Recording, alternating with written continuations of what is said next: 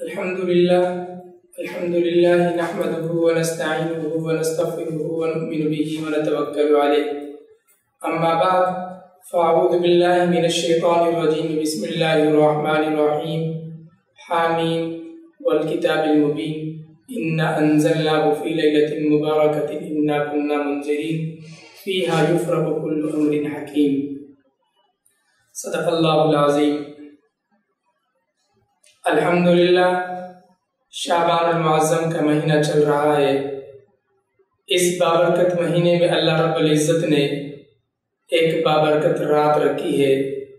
یہ وہ بابرکت رات ہے کہ اس رات کی فضیلت ہمیں نبی کریم صلی اللہ علیہ وسلم نے بیان فرمائی اور امت کو بتلائی اور امت کو سکھلائی.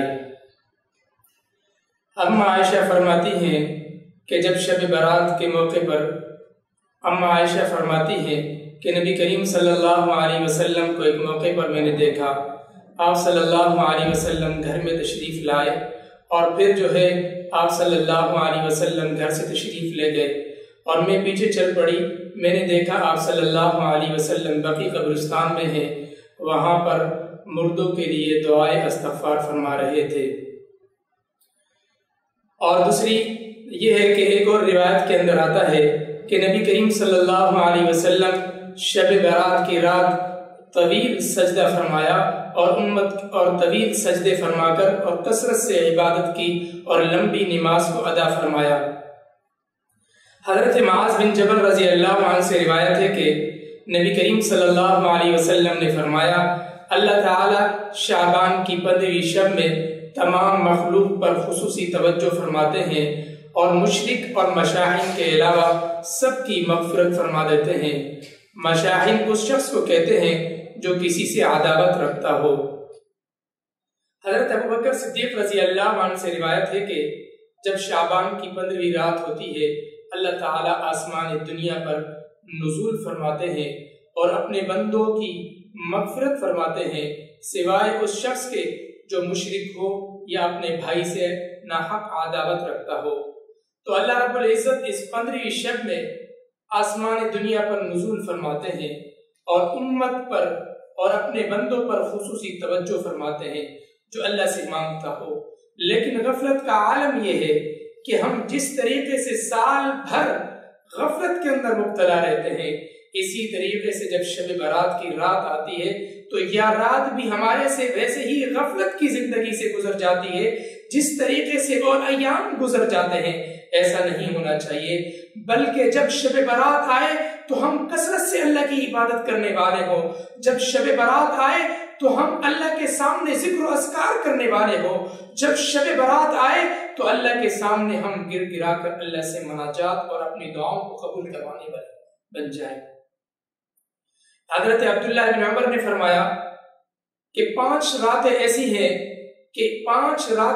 ہیں کہ ان راتوں کے اندر اللہ رب العزت دعاؤں کو رد نہیں فرماتے ہیں.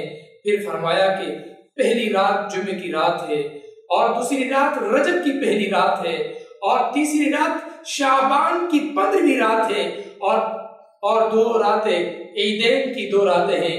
ان راتوں کے اندر اللہ رب العزت دعاؤں کو رد نہیں فرماتے ہیں.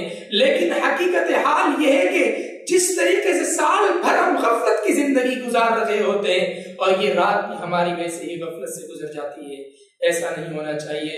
جب یہ رات آئے تو ہمیں 3 اعمال کرنے چاہیے جو سنت مسنونہ ثابت ہے. پہلا عمل یہ ہے کہ اس رات کے اندر ہم اللہ کا ذکر کریں اور نوافل کا اہتمام کریں. اور نوافل اجتماعی صورت کے اندر نہیں ہونے چاہیے بلکہ انفرادی صورت کے اندر ہمارے نوافل ہونے چاہیے. اور دوسری چیز یہ ہے کہ جب 15واں دن ہو اور 15ویں تاریخ ہو اس دن ہمیں روزہ رکھنا چاہیے. اور تیسری عبادت یہ ہے کہ کبھی کبھار ہمیں قبرستان بھی جانا چاہیے کبھی کبھار. اور یہ نبی کریم صلی اللہ علیہ وسلم کے اعمال میں سے لیکن بالکل ہی ترک بھی نہیں کر دینا چاہیے. کبھی کبھار ہمیں 14 شعبان کے دن شب برات کی رات کو ہمیں قبرستان بھی جانا چاہیے. یہ 3 اعمال نبی کریم صلی اللہ علیہ وسلم سے ثابت ہے. ہمیں چاہیے کہ ہم ان اعمال کو اپنی زندگی کے اندر لائیں تو یقیناً جب لائیں گے اللہ رب العزت ہماری زندگی کو سدھاریں گے۔ دعا وہ ہے کہ اللہ رب العزت ہمیں ان باتوں پر عمل کی توفیق عطا فرمائے۔ وآخر دعوانا الحمدللہ رب العالمین۔